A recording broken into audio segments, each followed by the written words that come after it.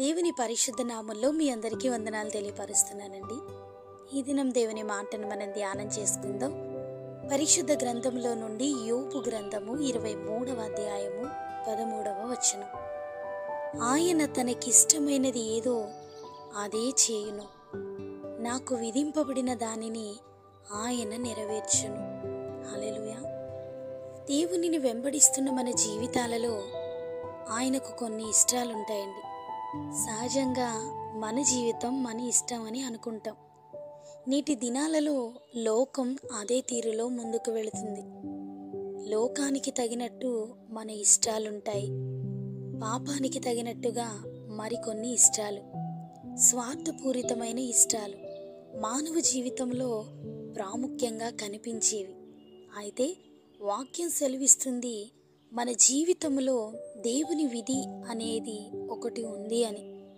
విధింపబడిన ప్రతి ఆత్మీయ బాధ్యతలు, ఆత్మీయ ఆశీర్వాదము మనం పొందుకోవాలనేదే దేవుని ఇష్టమండి. దేవుడు మనకిచ్చినటువంటి కృపావరములు, తలాంతులు, బాధ్యతలు, దేవుడు మనకు ఏదైతే ఇచ్చారో అవన్నీ సంపూర్ణముగా నెరవేర్చాలి అనే మనస్సు మొదటగా మనం కలిగి ఉండాలి. ఆయన మన పట్ల ఏదైతే ఇష్టాన్ని కలిగి ఉన్నారో అది మనం నెరవేర్చాలని. దేవుడు కొంతమందికి కొన్ని బాధ్యతలను అప్పగిస్తారు. అవి నెరవేర్చలేక కొందరు ప్రభువుకి దూరమైపోతుంటారు. దేవుడు యోనాతో మాట్లాడుతూ అతనికి ఒక పరిచర్యను అప్పగిస్తారు. నినివేలో నువ్వు చేయబోయేటువంటి సువార్త నా ఆత్మ భారం, నా మనస్సులోని భారం, నువ్వు వారిని సువార్త చెప్పి రక్షించాలి అని దేవుడు యోనాతో మాట్లాడినప్పుడు యోనా దేవుని విధి ప్రకారము కాక ఆ పని విషయమై నిర్లక్ష్యంతో మరొక దిశగా ప్రయాణాన్ని కొనసాగిస్తున్నారు. దేవుడు నినివే రక్షణను కోరుకుంటున్నారు, కానీ యోనా నినివే నాశనాన్ని చూడాలని ఆశపడుతున్నారు. దైవికమైనటువంటి మనస్సు లేకుండా మనము దేవునిని, ఆయన విధులను, ఆయన యొక్క ప్రణాళికలను అంగీకరించలేమండి.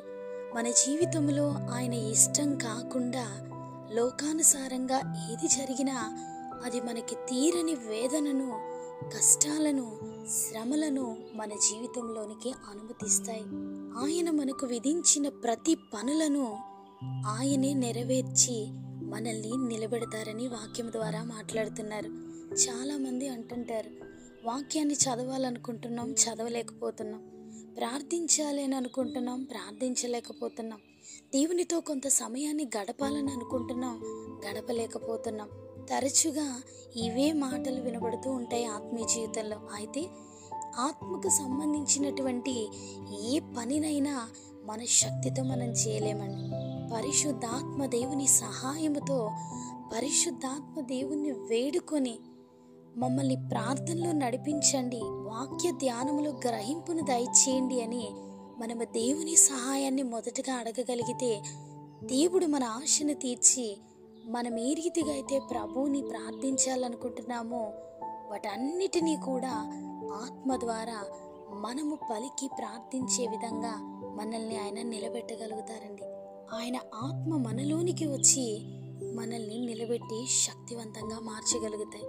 ఈ దినాన్ని ఎందరైతే ఈ మాటలు వింటున్నారో, ప్రభు కొరకు నిలబడాలని ఆశ కలిగి ఉన్నారో, దేవునికి ఏదైనా చేయాలి, ఆయన సువార్త భారం నేను కలిగి ఉండాలి, ప్రభు పక్షాన నేను కూడా పోరాడాలి అనే ఆశపడే వారందరితో దేవుడు మాట్లాడుతున్నటువంటి మాట, మనకు ఆయన విధించినటువంటి విధులను అన్నీ ఆయనే నెరవేర్చగలుగుతారు. కనుక ఈ మాటను మనం ఈ దినాన్న ప్రార్థనలో ఎత్తిబట్టి ప్రార్థించగలిగితే దేవుడు గొప్ప కార్యాలు మన జీవితాల్లో జరిగిస్తారు. ఆ దేవాది దేవుని యొక్క కృప మనందరికీ తోడేయండి, మనల్ని నడిపించునుగాక.